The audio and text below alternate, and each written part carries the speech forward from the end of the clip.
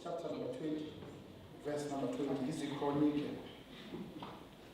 Moment to read the Bible. Ngasho ngothatha ama-Corinthians. Kodwa mina ngizofunda Chronicles. At the moment to read the Bible, ngasho ngothatha. Kodwa kusho fine. Kodwa mina la ngiyakhona this is Chronicles. Second Chronicles chapter number 20, verse number 20. Early in the morning, they left for the desert of Tekoa. And they set up. Jehoshaphat stood and said, "Listen to me, Judah and people of Jerusalem.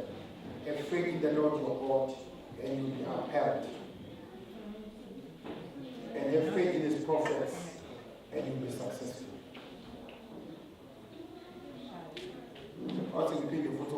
Early in the morning, they left for the desert of Tekoa. As they set up, Jehoshaphat stood and said, "Listen to me, Judah and people of Jerusalem. Have faith in the Lord, and you will be upheld."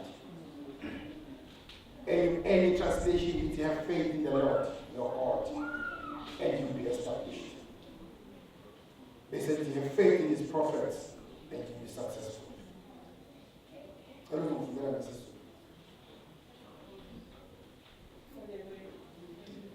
Bavuka ekuseni bayehlalela seTekoa ephumeni kwabo uJehoshaphat wethu wathi, "Ngizweni Juda nani bahlile eJerusalema, kholwani kuJehova uNkulunkulu wethu, ngiyakuqinisa. Kholwani ngabaprofethi bakhe, ngiyakuqinisa." Bavuka ekuseni baphuma baya ehlalela seTekoa ephumeni kwabo uJehoshaphat wethu wathi, "Ngizweni Juda nani bakhile eJerusalema, kholwani kuJehova uNkulunkulu wethu, ngiyakuqinisa. Kholwani ngabaprofethi bakhe, ngiyakuqinisa."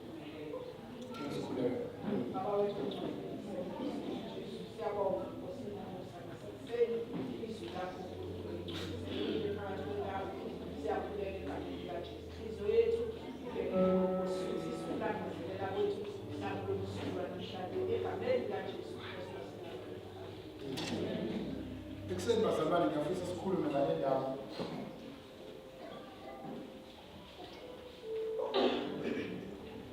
Isihloko sami namhlanje engifuna sisibuke ukuthi you need to discover a man. Normally you must come to contact with a man as of delivering some of the things of him delivering yourself.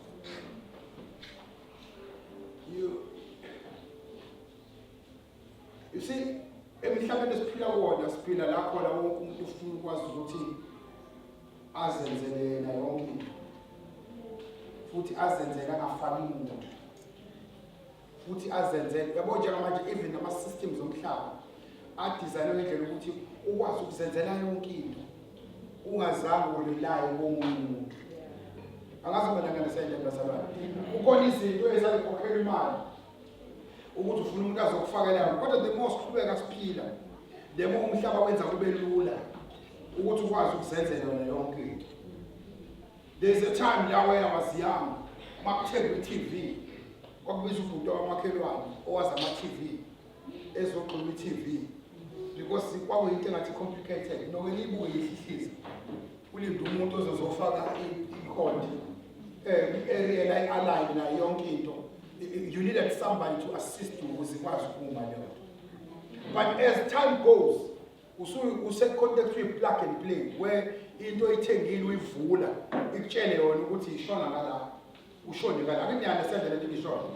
As time abanye ama-computer kudala bayazi ukuthi wawuyithenga, ulinde umuntu oyi-technician azoyi-set-up. Manje uyivula ePavillion uqeda uyithenga, uyi-on ubuze igama lakho, ufake i-password ingene zonke into zakho, ne-email yakho, yonke into yakho i-backup ingene la. Awusadingi umuntu oqala phansi ekopisha i-data yakho emuva across. Same with the phones. Amafoni efika udinga umuntu manje it's 10 minutes seyihlangene engiyayenza njengisho. Ngaba mase the world is moving towards the direction of ensuring that everything happens without depending on umuntu. Now ingozi ngaloko ukuthi it works emhlabeni. But in principle of needing somebody ozoba umkhonto esandleni sakhe bese yaqiba remains. Noma umhlaba unga evolve kangakanani. Kodwa le principle yokuthi umkhonto esandleni fanele ubanjwe umuntu thizeni bese uyena ozoqiba. Ngama mazima ekulontshile iforce akulontsha ngayo iyona ogijima ngayo. Noma umhlaba wona ungasitshengisa ukuthi we can survive alone. The way isimo esibawesingayo emhlabeni we live in places sometimes dasingazikhona ukuthi umakhelwane wa left wayegama lakhe umakhelwane wa right ubani igama lakhe wazi ukuthi nje bahamba ngemoto emhlophe bahlale bangumsindo keradio you don't even know they are selling ubona ingane zilengane ngathi lapha kodwa nomakhelwane but before was makhelwane ngisho hlala ngale manje usudlula udlule kube kwimaphi ubuzo ukuthi kazi kwenziwayo uyozongelela ukuthi ayibe kungcwatsho because aksa wonke umuntu uzamukwenza njani ukuyimela nama packages adayiswayo nawo ayazi akuphosa ukuthi uyimela ukudayisela ibhokisi akudayisela umgodi akumbele akudecorate isonto sebeyakuphekela manje ngama mazilete benza ukuthi uhlale lathi ukuze sikuphekele sebeyakuphekela manje kokho ungakafi ukuthi ukuze sikuphekele mawushona nje sivele sifike nje sigogqizana sihlale ehlalweni bese siyadla bese siyahamba ngama mazi umhlaba is moving towards that direction now ingozi ngaloko yes it's good for convenience but ungayikhokhwa principle yokuthi isetup kaNkulunkulu udinga somebody ozokulontsha ukuthi uye phambili noma ungakholwa kangakanani wonke umuntu uzokuxoxela isitori sakhe sempumelelo ukuthi ngahlangana nomuntu wangithemba wangithanda hence emsebenzini ngipromoting. You never survive alone. You never survive the system ngokuthi wena mina nje angisola lalela ngixoxela sebenza uma ufika endaweni thola ophethe ungene enhlizweni ophethe uzoze njalo uprogress. Uyabona into ukuthi nje mina hayi ngiyothandaza bese ufika emsebenzini uhlile from 8 o'clock kuze kushaye 5 nalowa HR meeting njani siyaphila umbuye ngazuthi ikhona into error lalela uzohlala uapply ube lempande ifike la njalo kuthiwa cishe wathatha futhi abanye emsebenzini befuna ukufrustrate abakudisqualify bakutshela ukuthi you are appointable kodwa bese bekutshela ukuthi benu u6 wena uko number 3 bese khona ke namazabusuku mawusu appeal bathi no should number 1 not accept the post and number 2 declines automatically you will be appointed. Leyo nto babazo uyaphila enkantolo ngoba abasho ukuthi abappointable but you are perfect umehlo uphele nje masibala sathola ukuthi kunaba u2 abangconyana kunawe kodwa ungalahle ithemba laba abawu2 siba sesemthingile oqala ukhona umuntu ongaplan umsebenzi amathuba ukuthi aqhabe mancane kabi uma uthatha isibhamusho somuntu ukuthi yazi bawu2 labathi abashaya isibhamu ukuze kwenze ukuthi ilungele isystem yafraseta mawusuthi uyalandela ubalo xosho ethekele hlala indlela uchipiswe insini no bacinga ukuthi nje wena wa decide ukuthi ngiyawungeneki uhlili basawa everybody needs somebody ozomlaunch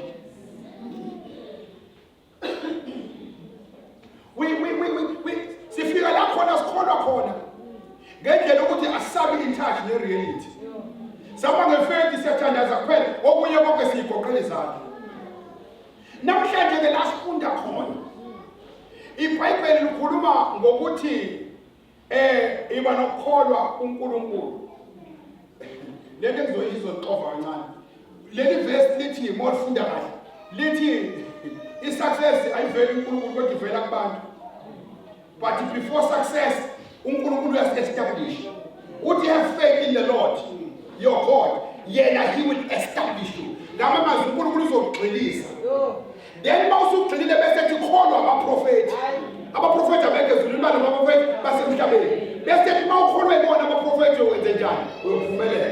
Akathi ukuthi have faith in me and you will be successful. Uthi have faith in me bese uyoba established. Ngamamasi uzoqina ubalance unganyakazi. Uthi kodwa that is just perfect. Ukuthi usuqile kumina asanyakazi ezulwini. Kodwa for isuccess esemhlabeni uthi have faith kubaprofethi laba phambi kwakho. Ibandla likaNkulunkulu linenkolelo kuphela lekholwa uNkulunkulu alibakholwa bonke abantu. Yena ubhekile wabasana kwinkosi umuntu oqinile. Kodwa engabakholwa abaprofethi. Ngoba uba into engibiza nga religious nutcase. Yabo umuntu osanganayo ngevangeli. Asangana ezakhohlwe na reality. Yabo ukuthi mayisangana ngevangeli ezakhohlwe na reality. Umfica ekuthe uyashada next week. Uthi wena ukuthi siyabona uJesu ngama kuzobengathi nini nizohlala nje ushada nizohlala ngoba ngiyamazi indlela ehlala kuyona. Phela ngiyamazi la ehlala khona ngithi uyohlala. Wathi mthojo yena kwakusasa ikusasa izobona kusasa. Ngasho lekizo lapho abantu abazalana nesibili. Into ngoba isifazane makakhulu ayidla. Umuntu esifazane nesibili. Umuntu esifazane nesibili. Umuntu esifazane uyashada umgqibelo. Kodwa akazi ukuthi bazohlala.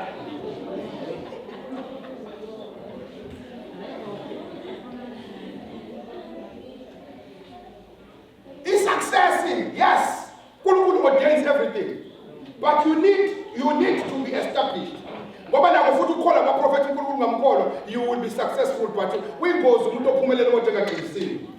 Because umuzwa lesesanganiswa impumelelo nje akakaze agxile yena wenze njani wajaha abaprofethi. Uyingozi ujaha abaprofethi uNkulunkulu ungagxilekele. Lithi ihamba ngale order, have faith in the Lord. Bese uba established. Then also established bese ukholwa abaprofethi. Then mangabusukola abaprofethi uthi you will be successful.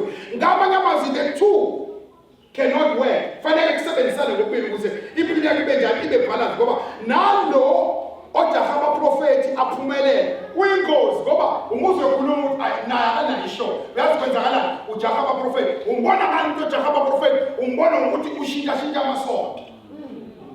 Mayifika endaweni mefike lesonto ukhishwa 20,000 bama blessing asukuma gijima ekhona ngokujaha abaprofethi. Mayifika kwelinye hayi abakhishwa 20,000 kodwa kunowaye lekugezwa ngawo awuthathe uyazi wenzani ujaha abaprofethi ujaha impumelelo but lithi iBhayibheli asisithose ngoJehova bese yesinikani office. It's the same principle ukuthi have faith in the Lord. Ngesikhathi une faith in the Lord best ukholwa abaprofethi then you will be successful. Some people are struggling because they have faith in the Lord. Nothing else abayikholwa ukuthi ngabasizi. Lethe ngishoyo mhlambe uzothi thina la kuJoshua 5. The whole Bible Molfunde you can realize la wayene faith in uNkulunkulu kodwa abaprofethi engabakholwa. Uhana lithi iBhayibheli wantanti iphithembeni isikhathi eside. Njalo makwenza imhlatshelo uphele namtshela ukuthi abangenazinga labathuli. Kukhulume thina stay ngakho. Manje kwenza imhlatshelo kuthiwa wonke umuntu angabamba ingane yakhe uhana sale abambe indoda yakhe ngoba kanangane. Kodwa lithi iBhayibheli wayethempelini njalo. Eyokhala khona ukuthi qala inkosi ngothuwa upheli nakuze kube yini. Nothing happened. And ngibonela isemfunda iBhayibheli ukuthi into edathi ingenzeki lutho uhana wayengene ethempelini ayekumprofethi amyeke aye straight kuNkulunkulu ayoba established athi ngidinga ingane izulu layithulela but izulu only moved the day uElieza kuyena ethi yodawa kuze kube yini ngoba ngikhona awusho ngani inkinga yakho. Wayesethi no ngixakekile ngidinga ingane ngilazi ukuthi uNkulunkulu wayesethi umprofethi ngalesikhathi ngonyaka ozayo ukugona ingane hawu ungasho kahle ungiyeke ngikhona wahamba waba nefaith uNkulunkulu ungamshiyi umprofethi weNkulunkulu umprofethi ekhona ngokwami. It was only after the prophet said ufunani wehani zase ziyenzeka izinto thina you see umuntu ongasabakholwa abaprofethi umuzwe ethi yena ukhonza yena mina ngikhonza ngisho ngithandaza ngimbizo okudala kunensuku uyabadinga abantu.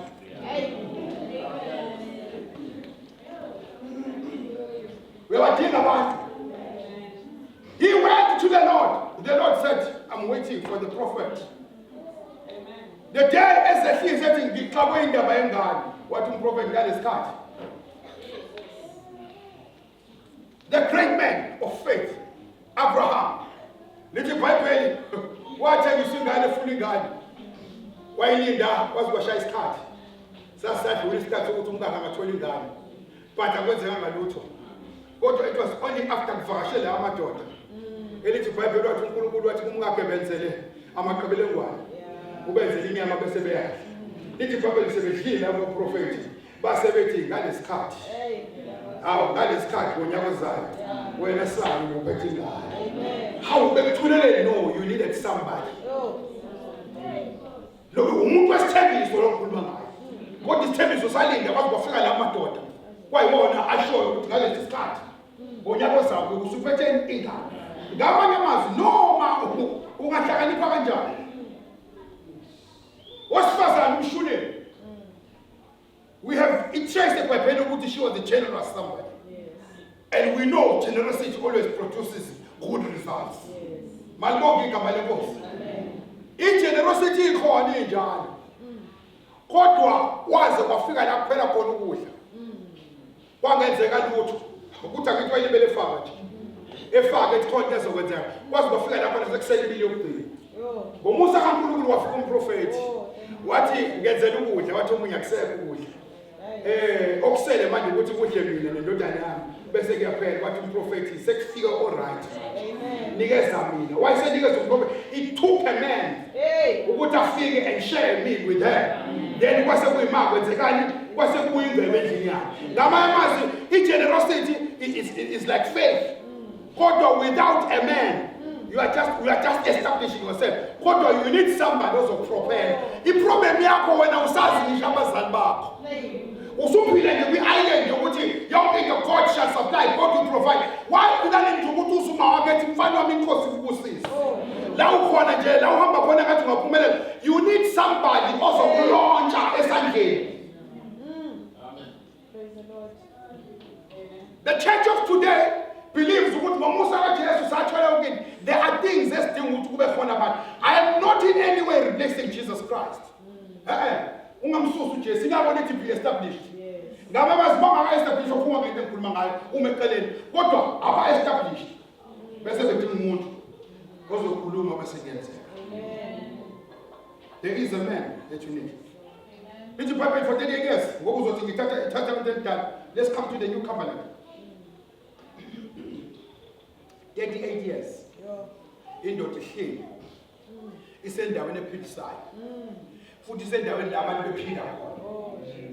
Ma isihlale for 38 years uJesu afika unyaka wa-38 uthi ushoda ngani uthi ngishoda ngendoda ezongithatha ingifake la njalo zaneza ngisichilize kuphela engekho umuntu ngabamazi usendaweni ephilisayo established is in the right place but he needs a man ozomphusha ngisho ngamkhahlela amphushe nje amphushele phakathi ngoba i-requirement lwangokuthi umkhulu ngakuthi ngesichaza ukuthi angene emanzini iprinciple yokuphilisa iyayithi wangena emanzini ngesikhathi sasakiswa wenze njani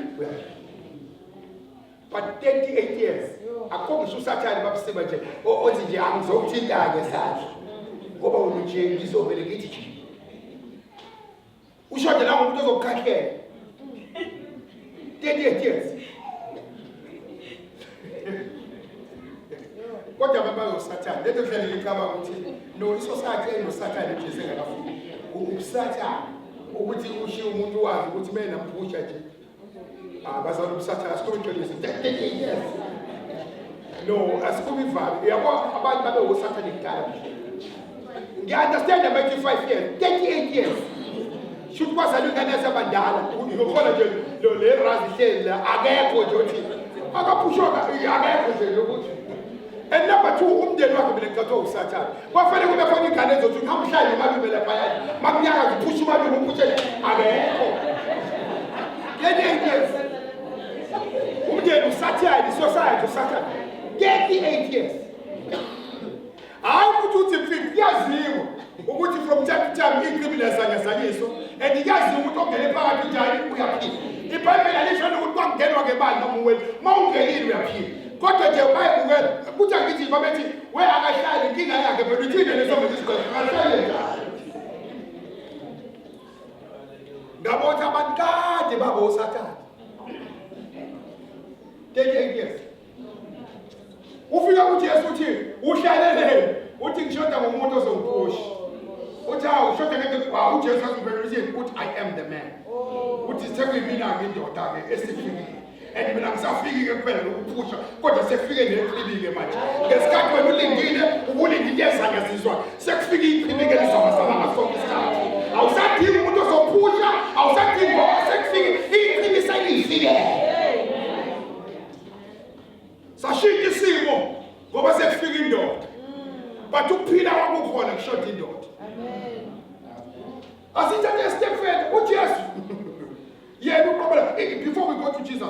Numbers kunenkosi kwakuthiwa uBalaam. uBalaam wabathuma umprofeti uBalaam. Wathi awuhambe uyongiqalisela laba bantu. Wathi uBalaam awukwazi uqalekisa into esibusisile. Oh how kanjani manje imina obabusisile uthumela umuntu wrong. Ngamamazi uNkulunkulu esesivezela ukuthi amandla akhona kuyena. Uthunywa inkosi ithi hamba uqalekise laba bantu. And inkosi yazi ukuthi unamandla uqalekise uthi hamba uthi lo ngawe uyalate. What I've already blessed, what the Lord has already blessed cannot be cursed by you. Utshela umalume wakho lohlele ngekubela uthi umtshele ukuthi what is already blessed cannot be cursed by umalume wakho. Umtshela ethi ngasisi ngoba ufuna ukuthenga iphahla kakhonokho ngekuthi malume what is blessed can never be cursed by you. Because thina sesahlangana nendoda yasinikeza enzani uhamba usakhiswa abantu emgaqweni yena yathi ungangaphila please not me. Not me. Muntu beke washo nje yangena ekhaya. Don't listen to people. Besihamba ngomqondo ukuthi hayi ukuthi nginjena nje ukuthi kwasuke kwakhuluma no lalela ngixoxela. What is blessed by the Lord cannot be cursed. Azoxabana neboss emsebenzini engakholwa ikutheni ngizobona uzoba yena ubani wena umtshela lutho. Ubani lo mtshela ukuthi wena ngeke ngibe yilutho. Uba yini ukuthi uthembe because what is blessed by the Lord cannot be cursed by anyone. Uthi prophet noma inkosi yendawo kodwa ngokwazi.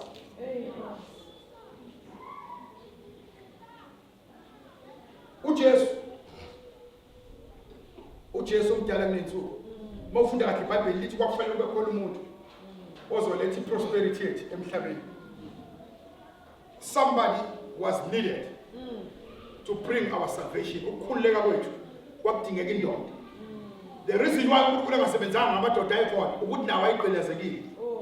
So there was no man wayengasebenzi. Kodwa iBhayibheli lalingamenza spiritual asifele. Kodwa kwadingakala ukuthi yonke into yempumelelo yethu idinga indoda. Kwadinga ukuthi adabula amazulu ezemhlabeni azoba ingane akhulu ukuze sizokhululwa indoda. Wayengenza umuntu uNkulunkulu kodwa kwehla indoda. Yafa umuntu waphila. Nayo futhi lo ndoda before iqala iministry akasho ukuthi sengifile ngizonifela. uJesu lithi iBhayibheli wadinga uJohane umbhapatisi ukuthi ahamba ehlala umemeze eJordani athi khona ozayo.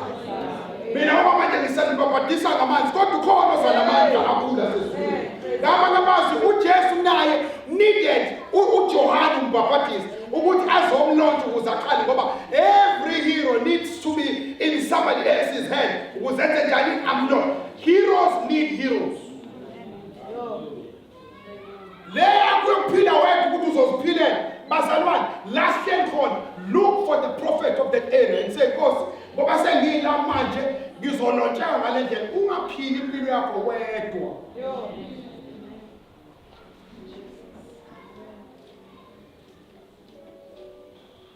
Sibale ukuthi ke you can be established but without a man you will not prosper. You can prosper but without faith in the Lord you will not survive because this doesn't mean it's a digger. So now ukhona bheka umuntu onefavor. La usebenza khona bheka umuntu onefavor. uJoseph Israel waphila kahle bishop. Not because uFaro ethanda abantu baka-Israel. No, ingenxa ukuthi uJoseph wayelefavor phambi kwamehlo kaFaro. Futhi iBhayibheli iyaveza ukuthi the moment uFaro ethanda uJoseph lokho phela le favor because ngamazi ukuthi ngumuntu ungabi ikholwa elifike endaweni lize ihamba ungayi ofike endaweni ujwayele ukuthola ukuthi ubani ophethe mina ngiyakuya endaweni mangifike ngibuza ukuthi ubani ophethe la hayi ngoba ngifuna ukweqa iqueue ngoba ngifuna ifavor wena nje ungasocialize namuntu ungakhulumi namuntu kwi-area ohlala kuyona awazi muntu la ukhonza khona awazi muntu kodwa unama-ambitions ukuthi khona into ozoyenza emphakathini. I want to encourage you this morning as we pray ukuthi find somebody ukuthi inkosi vusa umuntu engizosondela kuyena bese kwenze njani akwazi ukungicela. We are not designed to survive alone. There are things we get because of the people who abalethe phambi kwethu. Uyibuza ukuthi usibani bakuyithole kanjani lento masoyalandela wasondela kubantu. Basabani ngiyayazi ukuthi ipride ayisivumeli ukuthi kuma enkonzweni yobhekelele umbuso kunjani sis what do you do nayo yonke ipride futhi angiphathi mayiningana nawo nombuso izothi ngobe njani fanele ngombingelele zehlisa ushone khona ukuthi this couple cannot thrive phambi kwami kodwa mina nginema-ambitions ngeyilanga ngizoba i-family man. Go to them and ask them nihlala nenzani hayi futhi uyocela uyorabha ama-shoulders now because you are looking nothing in the sense out here. We knock nama-proposal hayi besocela ngeke uyithole imali akekho umuntu ongakhipha imali akuniki until you find a man that God will ordain ukuthi abilonje esandleni sakhe njengomkhona. Stand out and move. Amen. I know it's a someone level to me, but it's something that you must practice. If you want to dominate in any area, thola amaphethe sondele kubona ubazi. You are in a particular field oyifundelile awubazi abantu ukuthi obani abakhulu kuleyo area. We accountant awazi ama-accountants amakhulu emhlabeni.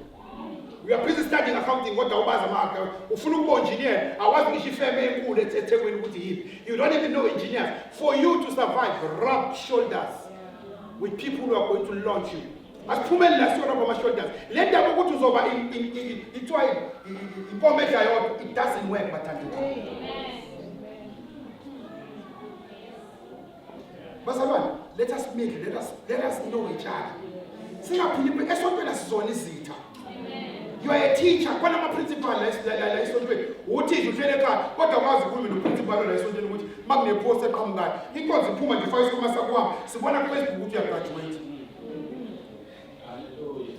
You are a nurse uhlele ekhaya kodwa sinonesi abasebenzayo abaphethe emsebenzini. Ngophuma la enkonzweni into ezokwela uyashutha ufaka isikhwama sakho.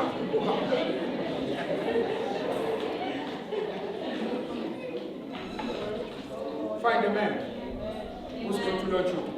Sivana message. Baba siyabonga sikunike uduma nebonga. Ukuthi you shall take us to people who are going to launch us, O Lord. And you shall make us meet people who are going to encourage us.